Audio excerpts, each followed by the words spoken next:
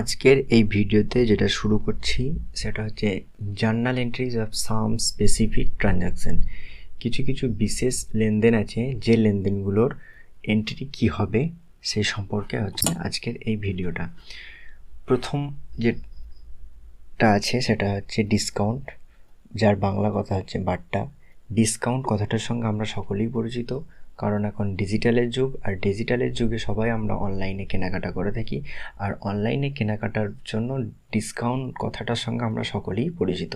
অর্থাৎ যে মূল্য থাকে, অর্থাৎ একটা পণ্যের যে দাম নির্ধারণ করা থাকে তার উপরে যে একটা নির্দিষ্ট হারে ছাড় পাওয়া যায় সেটাই হচ্ছে ডিসকাউন্ট। এই ডিসকাউন্টকে দুটো ভাগে ভাগ করা হয়। একটা হচ্ছে ব্যবসায়িক বাট্টা বা ট্রেড ডিসকাউন্ট, আর 2 নম্বর হচ্ছে নগদ বাট্টা বা ক্যাশ ডিসকাউন্ট। ট্রেড ডিসকাউন্ট কি? ট্রেড ডিসকাউন্ট হলো, ধরো একটা ফোন তুমি 10,000 টাকা দাম ফোনের লেখা আছে, এবার তুমি পুজোর অফারে ফোনটা কিনছো, 10% ছাড় দিচ্ছে। এই যে 10% যে ছাড় যেটা দিল, এই ডিসকাউন্টটা হচ্ছে ট্রেড ডিসকাউন্ট। অর্থাৎ এই ডিসকাউন্ট অ্যাকাউন্টিংয়ে খাতার মধ্যে লেখা হয় না। এই ডিসকাউন্টটা বাদ 10,000 টাকা থেকে 10% বাদ দেওয়ার পরে যে অ্যামাউন্টটা দাঁড়াবে সেটাই অ্যাকাউন্টিংয়ের খাতাতে বা বইয়ে এন্ট্রি করা হবে। নাম্বার 2 হচ্ছে নগদ বাট্টা বা ক্যাশ ডিসকাউন্ট। ধরো তুমি এই মোবাইল ফোনটা কিনেছো 10,000 টাকা দিয়ে জানুয়ারি মাসে ধারে। এবার যার কাছ থেকে ফোনটা কিনেছো সে বলছে যে তুমি আমাকে, ধরো মার্চ মাসে এসে সে বলছে যে তুমি আমাকে সম্পূর্ণ পয়সাটা যদি দিয়ে দাও আমি তোমাকে 5% ডিসকাউন্ট দেবো। এই যে 10,000 টাকা দিয়ে সে ফোনটা ধারে কিনেছিল, তারপরে তার কাছ থেকে টাকা চাইছে যে তুমি যদি টাকাটা আমাকে এখন পরিশোধ করে দাও তাহলে আমি তোমাকে 5% এক্সট্রা ডিসকাউন্ট দেবো ওই 10,000 টাকার উপরে। এই যে ডিসকাউন্ট, এই ডিসকাউন্টটা হচ্ছে ক্যাশ ডিসকাউন্ট। আশা করি ক্যাশ ডিসকাউন্ট আর ট্রেড ডিসকাউন্ট দুটো ক্লিয়ার হয়ে গেছে। এবার ক্যাশ ডিসকাউন্টকে আবার দুটো ভাগে ভাগ করা হয়। একটা হচ্ছে ডিসকাউন্ট রিসিভ আর একটা হচ্ছে ডিসকাউন্ট অ্যালাউড। ডিসকাউন্ট রিসিভ যার বাংলা হচ্ছে প্রাপ্য বাট্টা, আর ডিসকাউন্ট অ্যালাউড মানে হচ্ছে প্রদেয় বাট্টা। ডিসকাউন্ট রিসিভ অর্থাৎ যেই ডিসকাউন্টটা পাওয়া যায় সেটা হচ্ছে ডিসকাউন্ট রিসিভ, আর ডিসকাউন্ট অ্যালাউড যে ডিসকাউন্টটা কারবার দিয়ে থাকে সেটা হচ্ছে ডিসকাউন্ট অ্যালাউড। ডিসকাউন্ট সম্পর্কে ক্লিয়ার? প্রথম যে example, purchase goods worth ₹4,000 at a trade discount of ₹10%। Trade discount 10%। তাহলে যেভাবে আমরা করে থাকি, purchase account debit two cash. এক্ষেত্রে পারচেজের যে মূল্য কত টাকা না 4,000 টাকা। পারচেজের মূল্য হচ্ছে 4,000 টাকা। ট্রেড ডিসকাউন্ট হচ্ছে 10%। এই 10% ডিসকাউন্টটাকে আগে লেস করে নিয়ে এন্ট্রি হবে। ট্রেড ডিসকাউন্ট কখনো অ্যাকাউন্টিং বা হিসাব খাতার মধ্যে আমরা এন্ট্রি করি না। ট্রেড ডিসকাউন্টকে সবসময় লেস করার পরে যে নিট অ্যামাউন্টটা দাঁড়াবে সেই অ্যামাউন্টটাকে আমরা এখানে এন্ট্রি করব। এর 10% যদি লেস করা হয় তাহলে এটা দাঁড়াবে 3,600 টাকা। এই 3,600 টাকাটা হবে নিট প্রাইস, অর্থাৎ এই গুডসটার নিট মূল্য হচ্ছে 3,600 টাকা ট্রেড ডিসকাউন্টকে বাদ দিয়ে। খুব ভালো করে বুঝে নাও, ট্রেড ডিসকাউন্ট এবং ক্যাশ ডিসকাউন্ট, ডিসকাউন্টিংয়ের এন্ট্রি প্রত্যেকটা স্টুডেন্টই ভুল করে থাকে, অর্থাৎ খুবই ভাইটাল জিনিস এই এন্ট্রিগুলো। নাম্বার 2 যেটা আসছে সেটা হচ্ছে sold goods for cash ₹9,000 at a trade discount 5%। এখানে এন্ট্রিটা কী হবে দেখো, সোল্ড গুডস অর্থাৎ সেল করলে ক্যাশ অ্যাকাউন্ট, ব্যবসার ঘরে ক্যাশ আসছে অর্থাৎ ক্যাশ অ্যাকাউন্টকে ডেবিট করব, আর সেলকে ক্রেডিট করব। পণ্যটার দাম কত ছিল? 9,000 টাকা। এখান থেকে 5% লেস করব, 450 টাকা, পড়ে থাকবে 8,550 টাকা। এটা হচ্ছে নিট প্রাইস, এটা হচ্ছে গ্রস প্রাইস, আর এটা হচ্ছে টিপি অর্থাৎ ট্রেড ডিসকাউন্ট, এটা হচ্ছে জিপি, এটা হচ্ছে টিটি ক্যাশ 8,550, এখানে 8,550। এই যে ট্রেড ডিসকাউন্ট যেটা দিলাম এটা কিন্তু ব্যবসার খাতায় এন্ট্রি হবে না। এবারে নেক্সট আসছে ক্যাশ ডিসকাউন্ট।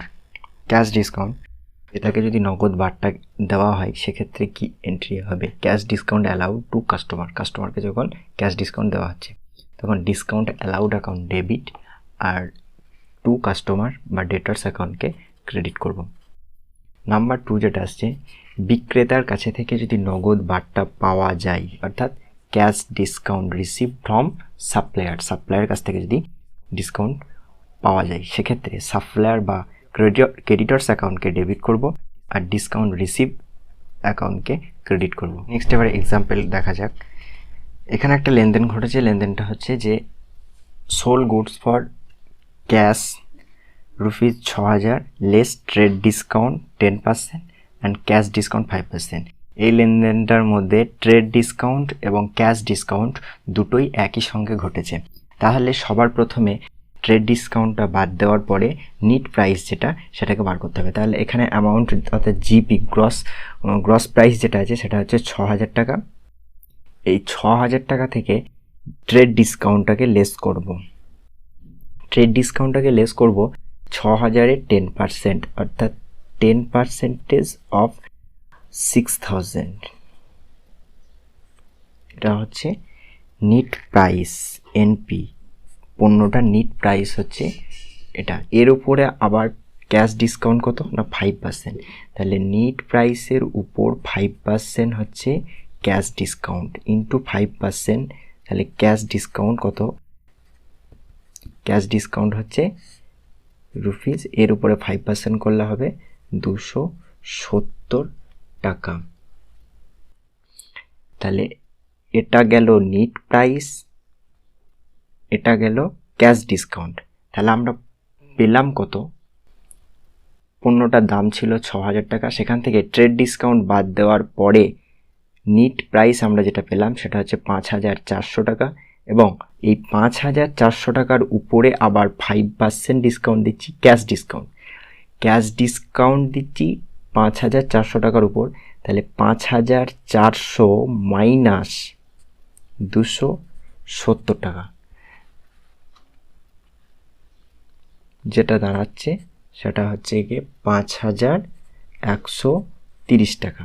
এইটা আমরা পেলাম 5,130 টাকা। তাহলে এন্ট্রিটা কী হবে দেখো, সেল করলে যে এন্ট্রি হয়, যে ক্যাশ সেল করলে ব্যবসা করে ক্যাশ আসে, অবশ্যই ক্যাশ অ্যাকাউন্টকে ডেবিট করব।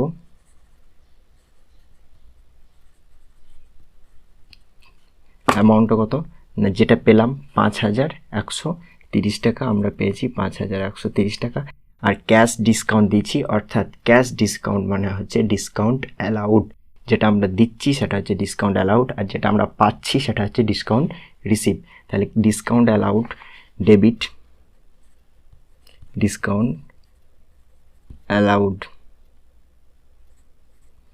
কে ডেবিট করতে হবে কত টাকা না 270 টাকা। টু কী হবে? সেল অ্যাকাউন্ট, যেটা হয় মোট নিট প্রাইস যেটা ছিল, নিট প্রাইস অর্থাৎ এখানে যে ভ্যালুটা ছিল 6,000 টাকা, ট্রেড ডিসকাউন্ট ব্যবসায় খাতায় আসে না, তার জন্য প্রথমেই সেটাকে আমি লেস করে দিয়েছি। তারপরে নিট প্রাইস যেটা দাঁড়ালো 5,400 টাকা। এই 5,400 টাকাটা হচ্ছে সেল ভ্যালু। দেখো 5,400 আর এটার সঙ্গে এটা যোগ করলে হয়ে যায় 5,400। ডেবিট আর ক্রেডিট দুটো ইকুয়াল হয়ে যাচ্ছে। খুব ভাইটাল এন্ট্রি। এই এন্ট্রিগুলো খুব ভালো করে যদি বুঝতে পারো তাহলে ডিসকাউন্টিং এন্ট্রির আর প্রবলেম হবে না। নেক্সট যেটা আছে সেটা হচ্ছে paid to Hari ₹3,000 and discount receive for him 200। দেখো হরি হচ্ছে ক্রেডিটর্স বা সাপ্লায়ার, তাকে টাকা দিচ্ছি আর সে 200 টাকা ডিসকাউন্ট আমাদেরকে দিচ্ছে। তাকে কত টাকা দিচ্ছি? হরিকে দিচ্ছি কত টাকা? Hari account debit two cash, কত টাকা দিচ্ছি? 3,000 টাকা। আর সে আমাদেরকে 200 টাকা ডিসকাউন্ট দিচ্ছে, তাহলে ডিসকাউন্ট যখন আমরা পাচ্ছি সেটা অবশ্যই ডিসকাউন্ট রিসিভ কত দিচ্ছে? 200 টাকা। তাহলে আমরা হরিকে কত ডেবিট করব? হরি নিশ্চয়ই আমাদের কাছে 3200 টাকা পেত। 3200 টাকা সে আমাদের কাছে পেত। 3000 টাকা দিলাম আর 200 টাকা সে আমাদেরকে ডিসকাউন্ট দিল। It's simple. নেক্সট যেটা আসছি সেটা হচ্ছে, দেখো, purchase goods for ₹5000 less trade discount @ 20% and cash discount 10%। প্রথম যেটা করতে হবে, যে গ্রস প্রাইস যেটা আছে সেখান থেকে ট্রেড ডিসকাউন্ট বাদ দিয়ে দাও সবার প্রথম, কারণ ট্রেড ডিসকাউন্ট ব্যবসার খাতায় আসে না। 5000 মাইনাস 20% ট্রেড ডিসকাউন্ট, 20% অফ 5000, তাহলে লেস করে যেটা দাঁড়াবে সেটা হচ্ছে 4000 টাকা। এটা হচ্ছে নিট প্রাইস, এনপি। এটা হচ্ছে নিট প্রাইস অর্থাৎ এনপি। এর উপরে আবার ডিসকাউন্ট পাচ্ছি কত? 10% ক্যাশ ডিসকাউন্ট পাচ্ছি। তাহলে এর উপরে 10%, এর উপরে 10% হচ্ছে কত? এর উপরে 10% হচ্ছে 400 টাকা। তাহলে 400 টাকা ডিসকাউন্ট পেলাম। এনপি ছিল 4000 টাকা আর ক্যাশ ডিসকাউন্ট আমরা পাচ্ছি 400 টাকা। তাহলে আমাকে কত টাকা ক্যাশ দিতে হচ্ছে? 4000 মাইনাস 400 যেটা আমি ডিসকাউন্ট পাচ্ছি, তাহলে আমি দিলাম কত না 3600 টাকার ক্যাশ আমি দিলাম। পারচেজ করলে পারচেজ অ্যাকাউন্টকে ডেবিট করি। পারচেজ অ্যাকাউন্ট ডেবিট টু, ব্যবসার ঘর থেকে ক্যাশ বেরিয়ে যাবে, ক্যাশ অ্যাকাউন্ট টু, একটা আমরা ডিসকাউন্ট পেয়েছি, রিসিভ করেছি, অর্থাৎ ডিসকাউন্ট রিসিভ।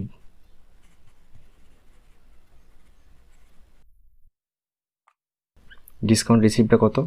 ডিসকাউন্ট রিসিভ হচ্ছে 400 টাকা। এর কত টাকা দিয়েছি? 3600 টাকা। 3600 টাকা। আর এর যে ভ্যালু ছিল, প্রাইস ভ্যালু, ট্রেড ডিসকাউন্ট বাদ দেওয়ার পরে যে মূল্যটা ছিল সেটা হচ্ছে তোমার 4000 টাকা।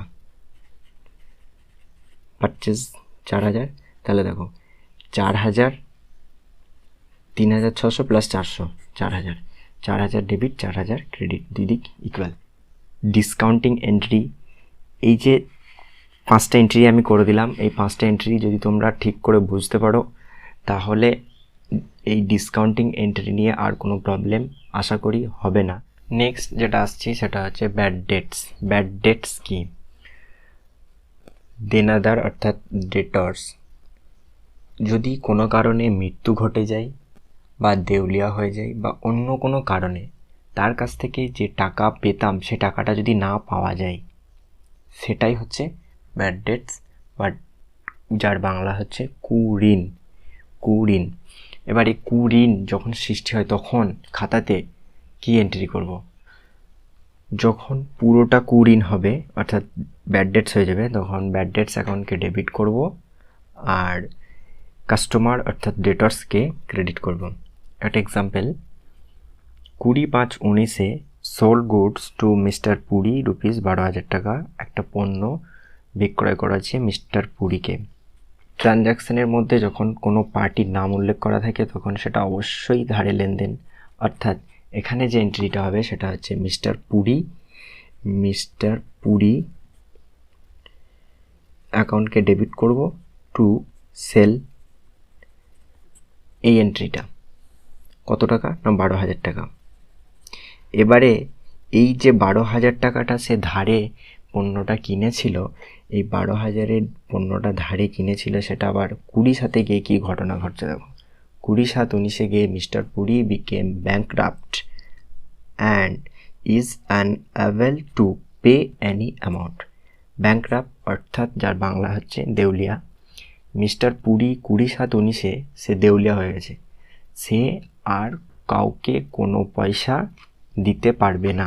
তাহলে এই যে 12,000 টাকায় যে পণ্যটা সে কিনে নিয়ে গিয়েছিল সেটা এখন এই ব্যাংকরাপ্ট হয়ে গেছে মিস্টার পুরী, অতএব এটা কুড়িন, এটা আর পাওয়া যাবে না। অর্থাৎ এর যে এন্ট্রিটা হবে সেটা হচ্ছে মিস্টার পুরী অ্যাকাউন্টকে এখানে কি করেছিলাম, ডেবিট করেছিলাম। এবার এখানে যেটা করতে হবে, মিস্টার পুরী কাস্টমার, অর্থাৎ এই মিস্টার পুরীকে ক্রেডিট করব কত টাকা, 12,000 টাকা, পুরো টাকাটাই। আর ব্যাড ডেটস কত টাকা না, 12,000 টাকা। ব্যাড ডেটস পুরোটাই হচ্ছে bad dates. Bad dates account debit two mister Puri. এবার এখানে মিস্টার পুরী পুরোপুরি ব্যাংকরাপ্ট, সে কিছুই দিতে পারবে না। আবার অনেক সময় কি হয়, যে টাকাটা সে ঋণ করেছিল সেখানের আংশিক কিছুটা অংশ সে পে করতে পারবে, সবটা সে দিতে পারবে না।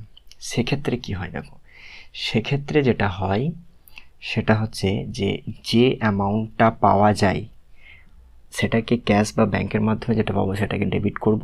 আর যে অ্যামাউন্টটা কুঋণ হয়ে যায় সেটা ব্যাড ডেটস, অর্থাৎ তাকে ডেবিট করব। আর ব্যাংকরাপ্ট বা দেউলিয়া ঘোষণা হয়ে গেছে সেই কাস্টমারটাকে ক্রেডিট করব। একটা এক্সাম্পল, 20/5/19 9,000 টাকার একটা পণ্য বিক্রয় হয়েছে। ওই একই mister Kapoor account debit two সেলের যে এন্ট্রি হয়, যেহেতু ধারে বিক্রয় হয়েছে, কাপুরের নাম দেওয়া আছে, অর্থাৎ এটা ক্যাশ ট্রানজ্যাকশন নয়, এটা ধারে বিক্রয়। 20/8/19 mister Kapoor is declared insolvent মানে হচ্ছে দেউলিয়া, ইনসলভেন্ট অ্যান্ড 40 পয়সা in rupee relevant for his estate. বলছে যে 1 টাকার জন্য 40 পয়সা করে দেবে তার স্টেট থেকে। সে দেউলিয়া হয়ে গেছে, পুরো টাকা সে দিতে পারবে না। সে 1 টাকা যার কাছ থেকে ধার নিয়েছিল তাকে সে 40 পয়সা করে সে দিতে পারবে। তাহলে এখানে সে পণ্য কিনেছিল 9,000 টাকার, এইবার আর 1 টাকার সে দেবে কত না 40 পয়সা করে। তাহলে দেখো 9,000 টাকার সে 40 পয়সা করে পাবে। তাহলে 9,000 × 45, তাহলে হবে তোমার 3,600 টাকা। আর যেটা পাচ্ছে না সেটা হচ্ছে ব্যাড ডেটস। তাহলে বাকি যে টাকাটা পড়ে আছে সে টাকাটা পাচ্ছে না, কত না 5,400 টাকা সে পাচ্ছে না। এটা হলো ব্যাড ডেটস। আর সে কত টাকা ধার নিয়েছিল, 9,000 টাকার। কে নিয়েছিল, মিস্টার কাপুর, এখানে মিস্টার কাপুর। নেক্সট হচ্ছে যখন এই কুঋণ ধরো আদায় হয়ে গেল, সেক্ষেত্রেই হবে পাবো, ব্যবসার ঘরে টাকা আসবে, ক্যাশকে ডেবিট করব। আর bad debts recover, bad debts যখন কুঋণ হচ্ছিল তখন ব্যাড ডেটসকে কী করছিলাম, ডেবিট করছিলাম। এবার এই ব্যাড ডেটসটাকে এখানে এসে ব্যাড ডেটস রিকভার্স বলে ক্রেডিট করে দেবো। দেখো একটা example, amount of ₹3,200 treated as bad dates last year now recover. মানে শেষের বছরে 3,200 টাকার ব্যাড ডেটস রিকভার করা হয়েছে। তাহলে 3,200 টাকা ব্যবসার ঘরে এসেছে, 3,200 টাকাকে ডেবিট করে দেবো। আর যেটা রিকভার যেটা হচ্ছে সেটা হচ্ছে 3,200। আশা করি ব্যাড ডেটসের এন্ট্রি সম্পর্কে ডাউট ক্লিয়ার। নেক্সট, ব্যবসার ঘরের পণ্য যদি চুরি হয়ে যায় বা পুড়ে যাওয়ার জন্য যদি ক্ষতি হয়ে যায়, সেক্ষেত্রে ব্যবসা কি এন্ট্রি করবে। যদি পণ্যটা চুরি বা পুড়ে যায় সেক্ষেত্রে যেটা হবে সেটা হচ্ছে loss by fire account debit to purchase account. একটা example, good costing ₹8,000 loss by fire. একটা পণ্য যার ভ্যালু হচ্ছে 8,000 টাকা পুড়ে ক্ষতি হয়েছে, এক্ষেত্রে যেটা হচ্ছে সেটা হচ্ছে লস বাই ফায়ার 8,000 টাকা পারচেজকে ডেবিট করব 8,000 টাকা। আর যদি পণ্যটা যদি চুরি হয়ে যায় সেক্ষেত্রে কী হবে, loss by theft to purchase. Loss by থিপকে তখন ডেবিট করব আর পারচেজ অ্যাকাউন্টকে তখন ক্রেডিট করব। Good stolen by an employee ₹1,000 টাকা। একটা পণ্য এমপ্লয়ি বা ব্যবসার কর্মচারীদের কাছ দিয়ে চুরি হয়ে গেছে, যার মূল্য ছিল 1,000 টাকা। তাহলে লস বাই থিপ অ্যাকাউন্ট 1,000 আর এখানে পারচেজ অ্যাকাউন্ট 1000। ঠিক আছে, নেক্সট, যদি নগদ টাকা চুরি হয়ে যায়, ক্যাশ, সেক্ষেত্রে কী হবে? সেক্ষেত্রে যেটা হবে, এখানে পণ্য চুরি হচ্ছিল বলে পারচেজ অ্যাকাউন্টকে ক্রেডিট করছিলাম, আর এখানে ক্যাশ চুরি হবে বলে ক্যাশকে ক্রেডিট করব। It's simple. Cash stolen by an employee rupees 10,000। একজন এমপ্লয়ি সে 10,000 টাকা চুরি করে নিয়ে পালিয়েছে, খুব ভালো রকমের কর্মচারী ছিল, তার জন্য লস বাই থিপ অ্যাকাউন্ট 10,000। আর ক্যাশ নিয়ে পালিয়েছে, অবশ্যই ব্যবসার ঘর থেকে ক্যাশ বেরিয়ে পালিয়ে গেছে, ক্যাশকে তো ক্রেডিট করতেই হবে 10,000। এরপরে আসছি, পর উপকারের জন্য যদি পণ্য দেওয়া হয় সেক্ষেত্রে কী হবে, অর্থাৎ যদি কোনো পণ্য যদি চ্যারিটি করা হয়। দেখো, চ্যারিটি অ্যাকাউন্ট, চ্যারিটি করব অর্থাৎ চ্যারিটি অ্যাকাউন্টকে ডেবিট করব, আর পণ্য যেহেতু পণ্য হচ্ছে তার জন্য পারচেজ অ্যাকাউন্টকে ক্রেডিট করছি। যদি ক্যাশ চ্যারিটি করি তাহলে ক্যাশ অ্যাকাউন্টকে ক্রেডিট হবে। দেখো, good costing rupees 4,000 given as charities. একটা পণ্যের ভ্যালু হচ্ছে 4,000 টাকা, যেটাকে চ্যারিটি করছি, তাহলে charities account 4,000 two purchase 4,000। Next, বিনামূল্যে পণ্য যদি বিতরণ করা হয়, অর্থাৎ goods distributed as free sample. সেক্ষেত্রে যখন কারবার একটা ফ্রি স্যাম্পেল দেয়, সেটা অবশ্যই তার কারবার তার ব্যবসাকে প্রচার করার জন্য দিয়ে থাকে, অর্থাৎ advertisement account debit to purchase. দেখো, good costing rupees 3,000 distributed as free sample, free sample হিসাবে দিচ্ছে। যেমন টিচারদেরকে যেমন স্পেসিমেন বই দেয়, সেটাও এই same entry, advertisement account debit to purchase 3,000। এই এন্ট্রিগুলো যদি তোমরা ঠিক করে করতে পারো তাহলে জার্নাল এন্ট্রি সব সহজ হয়ে যাবে। আর সব থেকে বেশি যেটা করতে হবে সেটা হচ্ছে প্র্যাকটিস করতে হবে, তাহলে সব ক্লিয়ার।